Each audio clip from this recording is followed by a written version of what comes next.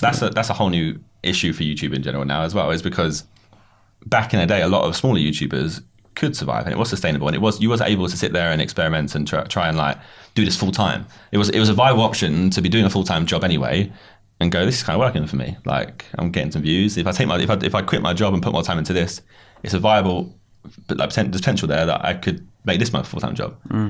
But now that's a whole new kettle of fish. I'll talk about it. On average, an average YouTuber, potentially now these days, it totally depends on what content you make, but average $1,000 per million views.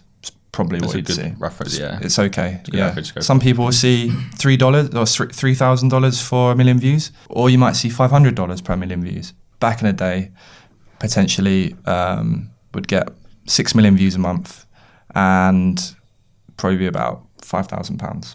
I look after my mum, cover everything to do with her, looked after myself, put some money to the side, blah, blah, blah. I didn't really get 10 million views, but say you get 10 million views, you probably see about £10,000 or $10,000. This month, I'm on 15 million views.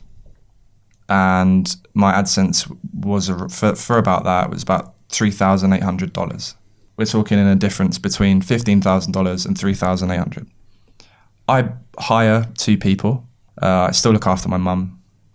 I do get the odd branded deal here and there, which is keeping me alive, which is meaning that I'm not sitting at home crying. But it's a lot harder now to make a living from views